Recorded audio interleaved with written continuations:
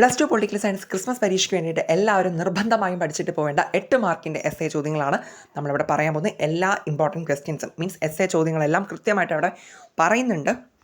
ഇത് നമ്മൾ ഇംഗ്ലീഷിലുള്ള ക്വസ്റ്റ്യൻസ് ആണ് പറയുന്നത്. മലയാളം മീഡിയംകാരുടെ ഓൾറെഡി ഞാൻ അപ്ലോഡ് ചെയ്തിട്ടുണ്ട്.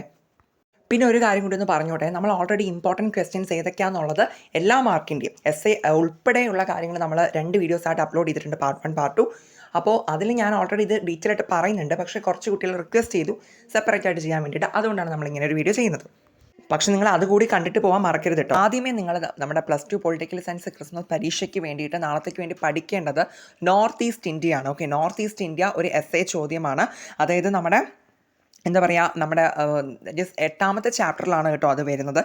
ലാസ്റ്റ് ഭാഗത്താണ് വരുന്നത്. Demand for autonomy, secessionist movement against outsiders എന്ന് പറയുന്ന 3 സബ് ടോപ്പിക്കുകൾ അതിനകത്തുണ്ട്. അതെല്ലാം കവർ ചെയ്ത് നോക്കിയിട്ട് പോവുക, ഇമ്പോർട്ടൻ്റ് ആണ്. അതുപോലെ ആ 8ാമത്തെ ചാപ്റ്ററിൽ നിന്ന് തന്നെ നിങ്ങൾ പഞ്ചാബ് ക്രൈസിസ് ഒന്ന് പഠിക്കണം.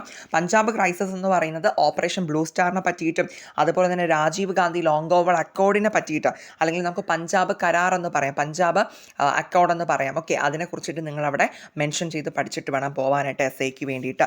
പിന്നെ നമുക്ക് വരുന്നത് എവിടെയെന്ന് അറിയോ, പൊളിറ്റിക്കൽ തിയറിക്ക് അകത്തു നിന്നാണ് നമുക്ക് അടുത്ത് ക്വസ്റ്റ്യൻസ് വരാൻ ചാൻസ് ഉള്ളത് എസ് ഐക്ക് വേണ്ടിയിട്ട്.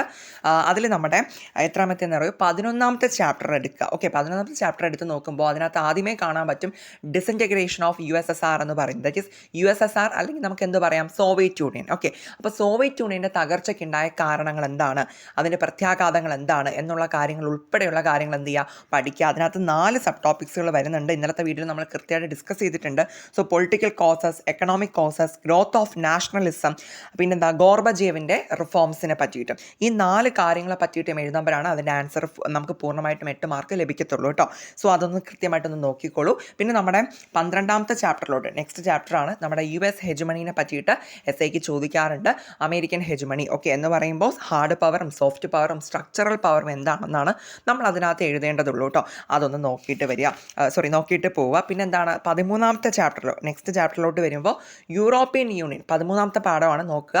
യൂറോപ്യൻ യൂണിയൻ എസ് ഐക്ക് ചോദിക്കുന്ന ചോദ്യമാണ്. ഇപ്പോൾ യൂറോപ്യൻ യൂണിയൻ എന്ന് പറയുമ്പോൾ അതെങ്ങനെ ഫോം ചെയ്തു എന്നുള്ളതിനൊരു ഹിസ്റ്ററി നമുക്ക് പഠിക്കാനുണ്ട്. അതായത് അതിന് മുമ്പേ പല ഓർഗനൈസേഷൻസ് ഒക്കെ ഫോം ചെയ്തിട്ടുണ്ടായിരുന്നു. അതിനുശേഷം അവസാനം 1992 നമ്മുടെ യൂറോപ്യൻ യൂണിയൻ ഫോം ചെയ്യുന്നത്. ആ ഒരു കാര്യം എങ്ങനെയാണ് അത് ഫോം ചെയ്തത്, പല ഘട്ടങ്ങളിലായിട്ടാണ്. ആ കാര്യങ്ങൾ നിങ്ങൾ മെൻഷൻ ചെയ്ത് പറയണം. അതുപോലെ തന്നെ യൂറോപ്യൻ യൂണിയൻ്റെ പ്രത്യേകതകൾ എന്തൊക്കെയാണ്, വലിയ മിലിറ്ററി പവറാണ്, എക്കണോമിക് പവറാണെന്നൊക്കെ പറഞ്ഞ് പോയിന്റ്സ് പഠിക്കുന്നുണ്ടല്ലോ. സോ അതെന്ത് ചെയ്യുക, അതുകൂടി നിങ്ങൾ മെൻഷൻ ചെയ്താൽ അവിടെ ഫുൾ മാർക്ക് നമുക്ക് 8 മാർക്ക് ലഭിക്കുള്ളൂ. ഇനി നോക്കൂ, അടുത്ത അതേ ചാപ്റ്ററിൽ നിന്ന് അവസാന ഭാഗത്തായിട്ട് നോക്കൂ, ഗ്രോത്ത് ഓഫ് ചൈനീസ് എക്കോണമി വളരെ പ്രധാനപ്പെട്ട ചോദ്യമാണ്. നമ്മുടെ ചൈനീസ് എക്കോണമിയുടെ വളർച്ചയെ പറ്റിയിട്ടാണ്. അതിനകത്ത് നിങ്ങൾ സ്ട്രെസ് കൊടുത്ത് പഠിക്കേണ്ട ഒരു പോയിന്റാണ് ഓപ്പൺ ഡോർ പോളിസി എന്ന് പറയുന്നത്. നമ്മുടെ ഡെങ് സിയാവോപിങ് കൊണ്ടുവന്ന ഏതാണ് ഓപ്പൺ ഡോർ പോളിസി. അപ്പോൾ അതിനെക്കുറിച്ചെല്ലാം നിങ്ങൾ എന്ത് ചെയ്യുക, കൃത്യമായിട്ട് വായിച്ചിട്ട് പോവുക. പിന്നെ അതുപോലെ തന്നെ ആ ചാപ്റ്ററിൻ്റെ ഏറ്റവും അവസാനത്തെ ടോപ്പിക്കാണ് ഇന്ത്യ ചൈന റിലേഷൻസ്. നമ്മൾ ഏത് ചാപ്റ്ററിൻ്റെ കാര്യം പറയുന്നത്, 13ാമത്തെ chapter. Okay, India China relations. അപ്പോൾ ഇന്ത്യയും ചൈനയും തമ്മിലുള്ള ബന്ധം എങ്ങനെയായിരുന്നു, മീൻസ് 1962 യുദ്ധത്തെ പറ്റിയിട്ടുള്ള തുടക്കം, എന്താ പറയുക, അതിനെക്കുറിച്ചുള്ള കാര്യങ്ങൾ ഉൾപ്പെടെ പറയുന്നുണ്ട്. അവസാനം നമ്മുടെ രാജീവ് ഗാന്ധി ചൈന വിസിറ്റ് ചെയ്ത കാര്യവും ഉൾപ്പെട്ടിട്ടുള്ള കാര്യങ്ങളാണ് അവിടെ പറയുന്നത്. അപ്പോൾ അതെല്ലാം കൂടി ഒന്ന് ആ ടോപ്പിക് ഒന്ന് വായിച്ചിട്ട് പോവാം. എസ് എ ടോപ്പിക്കാണ്. ഇനി നോക്കൂ, അതുപോലെ തന്നെ നമ്മുടെ 14ാമത്തെ ചാപ്റ്ററിലോട്ട് പോകുമ്പോൾ India and it's neighbours of south Asia. നമ്മൾ 14ാമത്തെ ചാപ്റ്റർ നിങ്ങൾ ടെക്സ്റ്റ് ഇപ്പോൾ നോക്കി കഴിഞ്ഞാൽ മനസ്സിലാക്കാൻ പറ്റും. സൗത്ത് ഏഷ്യനെ പറ്റിയിട്ടാണ് പഠിക്കുന്നത്. അപ്പോൾ സൗത്ത് ഏഷ്യയിൽ 7 രാജ്യങ്ങളാണുള്ളത്, 7 കൺട്രീസ് ആണുള്ളത്. നമ്മുടെ ഇന്ത്യ ഉൾപ്പെടെ 7 കൺട്രീസ് ആണ് കേട്ടോ. അപ്പോൾ ഈ സൗത്ത് ഏഷ്യയിലെ ഈ മീൻസ് ഇന്ത്യ അതിലൊരു രാജ്യമാണല്ലോ. അപ്പോൾ ബാക്കി 6 രാജ്യങ്ങളുമായിട്ട് ഇന്ത്യക്ക് എന്ത് ബന്ധമാണ് ഉള്ളത്, അടിയാണോ അതോ ഇനി നല്ല റിലേഷനാണോ എന്നൊക്കെയുള്ളത് കൃത്യമായിട്ട് അവിടെ പറയുന്നത് നല്ല ഇൻട്രസ്റ്റിംഗ് ടോപ്പിക്കാണ്. സോ അത് എന്ത് ചെയ്യുക, എസ് ഐക്ക് ചോദിക്കുന്ന ഒരു ക്വസ്റ്റ്യൻ ആണ്. അതായത് അപ്പം നമ്മൾ എസ് ഐക്ക് ചോദിക്കുമ്പോൾ ഇന്ത്യയും ഇപ്പോൾ സൗത്ത് ഏഷ്യയിലെ രാജ്യങ്ങളെന്ന് പറയുമ്പോൾ പാകിസ്ഥാനും ശ്രീലങ്ക, ഭൂട്ടാൻ, പിന്നെന്താ പറയുക, ബംഗ്ലാദേശ്, നേപ്പാൾ, അതുപോലെ തന്നെ മാൽദീവ്സ്, ഇത്രയും രാജ്യങ്ങളാണ് വരുന്നത്. അപ്പോൾ ഇന്ത്യക്ക് ഈ രാജ്യങ്ങളുമായിട്ട് എങ്ങനെയാണ് റിലേഷൻ, നല്ലതാണോ അല്ലെങ്കിൽ കുറച്ച് ബുദ്ധിമുട്ടുള്ള റിലേഷനാണോ എന്നൊക്കെയുള്ള കാര്യങ്ങളാണ് പഠിച്ചിട്ട് പോവേണ്ടത്. ഒരു കാര്യം കൂടി, അവിടെ ഈ ഒരു ഇന്ത്യ ആൻഡ് ഇറ്റ്സ് നെയ്ബേഴ്സിനെ കുറിച്ച് 8 മാർക്കിന് ചോദിച്ചില്ല എന്നുണ്ടെങ്കിൽ ഷോർട്ടസ്റ്റ് ആയിട്ടും ഇന്ത്യയും ഏതെങ്കിലും രാജ്യമായിട്ടുള്ള റിലേഷനെ പറ്റിയിട്ട് എഴുതാനും ചോദിക്കാറുണ്ട് കേട്ടോ. അതുകൊണ്ട് തന്നെ ആ ടോപ്പിക്ക് കംപ്ലീറ്റ് ആയിട്ട് പഠിച്ചിട്ട് പോവുക. ഇനി നോക്കൂ, നമ്മുടെ 15ാമത്തെ ചാപ്റ്റർ, ആ ഒരു ചാപ്റ്ററിനകത്ത് വരുന്ന ഇമ്പോർട്ടൻറ്റ് എസ് എ ചോദ്യമാണ് റിഫോംസ് ഓഫ് ദ UN എന്ന് പറയുന്നത്. അതായത് നമ്മുടെ യുണൈറ്റഡ് നേഷൻസ് കുറച്ച് പരിഷ്കാരങ്ങൾ കൊണ്ടുവരുന്നുണ്ട്. അതിനെ പറ്റിയിട്ട് 8 മാർക്കിന് ഷുവറായിട്ട് ചോദിക്കുന്ന ഒരു ക്വസ്റ്റ്യൻ ആണ്. പിന്നെ നോക്കൂ, അവിടെ നിങ്ങൾ പറയേണ്ട 2 സബ് ടോപ്പിക്കുകളാണ്. ടെക്സ്റ്റിലുണ്ട് കേട്ടോ, കൃത്യമായിട്ടും ഞാൻ പറയാതെ.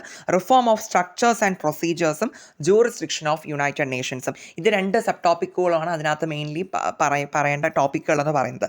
ഏതാണ്? Reform of structures and procedures, jurisdiction of United Nations എന്നുള്ളത്. നിങ്ങൾ എസ് എ പ്രത്യേകിച്ച് ആവശ്യപ്പെട്ടതുകൊണ്ടാണ് ഞാൻ ഓണപരീക്ഷയ്ക്ക് നമുക്ക് റിവിഷനായിട്ട് ചോദിക്കാൻ ചാൻസ് ഉള്ള എസ്സേസ് കൂടി ഞാൻ ഇൻക്ലൂഡ് ചെയ്തിട്ടുണ്ട്. ഒന്ന് നോക്കുക. നമ്മുടെ ഒന്നാമത്തെ പാഠത്തിൽ നിന്ന് നിങ്ങൾക്ക് എല്ലാവരും പഠിച്ചിട്ടുള്ളതാണ് പാർട്ടീഷൻ, അല്ലേ? നമ്മുടെ ഇന്ത്യ രണ്ടായിട്ട്, ഇന്ത്യ പാകിസ്ഥാൻ എന്ന് പറഞ്ഞ് 2ആയിട്ട് പാർട്ടീഷൻ ചെയ്തു. ഇനി ഇതിൻ്റെ ഒരു സെപ്പറേറ്റ് വീഡിയോ നമ്മുടെ ചാനലിൽ ഓൾറെഡി അപ്ലോഡ് ചെയ്തിട്ടുണ്ട്. ഞാൻ അതിൻ്റെ ലിങ്ക് ഡിസ്ക്രിപ്ഷനിൽ കൊടുത്തേക്കാം കേട്ടോ. ഡൗട്ടുള്ളവരൊന്ന് കയറി കണ്ടു നോക്കൂ. നിങ്ങൾ വായിച്ചില്ലെങ്കിൽ ആ ഒരു ക്ലാസ് കണ്ടിട്ട് പോവുകയാണെങ്കിൽ മേ ബി നല്ലതായിരിക്കും. ഇനി നോക്കൂ, അതുപോലെ തന്നെ emergency causes and it's consequences. ഇത് നമ്മുടെ 6ാമത്തെ പാഠമാണ്. അതിനകത്ത് നമ്മുടെ എമർജൻസി അടിയന്തരാവസ്ഥയെ പറ്റിയിട്ട് അതിൻ്റെ കാരണങ്ങൾ എന്താണ്, അതിൻ്റെ പ്രത്യാഘാതങ്ങൾ എന്താണ്, അതുൾപ്പെടെ തന്നെ പഠിക്കണം. എമർജൻസി എന്താണെന്ന് മാത്രമല്ല ചോദിക്കുക, 8 മാർക്കിന് ഫുള്ള് ഇത് എല്ലാം കൂടി ഉൾപ്പെടുത്തിയിട്ടായിരിക്കും ചോദിക്കുന്നുണ്ടാവും. കോൺസിക്വൻസ് ഒക്കെ പ്രത്യേകിച്ച് നോക്കണം കേട്ടോ. ഇനി അത് മാത്രമല്ല, നമ്മുടെ 4ാമത്തെ ചാപ്റ്ററിലോട്ട് പോകുമ്പോൾ ഇന്ത്യ ആൻഡ് ചൈന വാർ, വർഷം നിങ്ങൾ നോക്കുക, 1962 ഇന്ത്യ ചൈന യുദ്ധത്തെ പറ്റിയിട്ട് ചോദിക്കാറുണ്ട്. അത് പ്രധാന എസ് എ ടോപ്പിക്കാണ്. ഇനി അത് ചോദിച്ചില്ല എന്നുണ്ടെങ്കിൽ നമ്മുടെ ഇന്ത്യ പാകിസ്ഥാൻ യുദ്ധത്തെ പറ്റിയിട്ട് എന്ത് ചെയ്യും, ചോദിക്കാറുണ്ട്. ഇന്ത്യ പാകിസ്ഥാൻ യുദ്ധം എന്ന് പറയുമ്പോൾ 2 വർഷങ്ങളിലായിട്ട് നടന്നു. 1965 പക്ക ഇന്ത്യ പാകിസ്ഥാൻ യുദ്ധമായിട്ട് നടന്നു. 1971 എന്ന് പറയുമ്പോൾ ബംഗ്ലാദേശുമായിട്ടുള്ള ഒരു ഫൈറ്റാണ് വരുന്നത്. ബംഗ്ലാദേശോട് ചേർന്നിട്ടുള്ള ഒരു ഫൈറ്റാണ് വരുന്നത്. ടെക്സ്റ്റ് ഒന്ന് വായിച്ചാൽ മതി, നല്ല എളുപ്പമുള്ള ടോപ്പിക്കാണ്. സോ ആ ഒരു 2 വർഷങ്ങൾ വെച്ചൊന്ന് നോക്കുക കേട്ടോ. ആ വർഷങ്ങൾ വെച്ച് തന്നെയാണ് ചോദിക്കാറുള്ളത്. ഇനി നമ്മുടെ 7ാമത്തെ പാഠത്തിലോട്ട് വരുമ്പോൾ നർമ്മദ ബച്ചാവോ ആന്തോളൻ, ഏറ്റവും ലാസ്റ്റ് ടോപ്പിക്കാണ്. നമ്മുടെ മേധാ പട്കർ കൊണ്ടുവന്ന ഒരു എന്താ പറയുക മൂവ്മെൻ്റ് ആണല്ലോ, ഒരു എന്താ പറയുക നമ്മുടെ സർദാർ സരോവർ ഡാം പ്രോജക്റ്റിനെതിരായിട്ട് കൊണ്ടുവന്നത്. സോ നർമ്മദ ബച്ചാവോ ആന്തോളനും എസ് എ ടോപ്പിക്കാണ്, നോക്കിയിട്ട് പോവുക.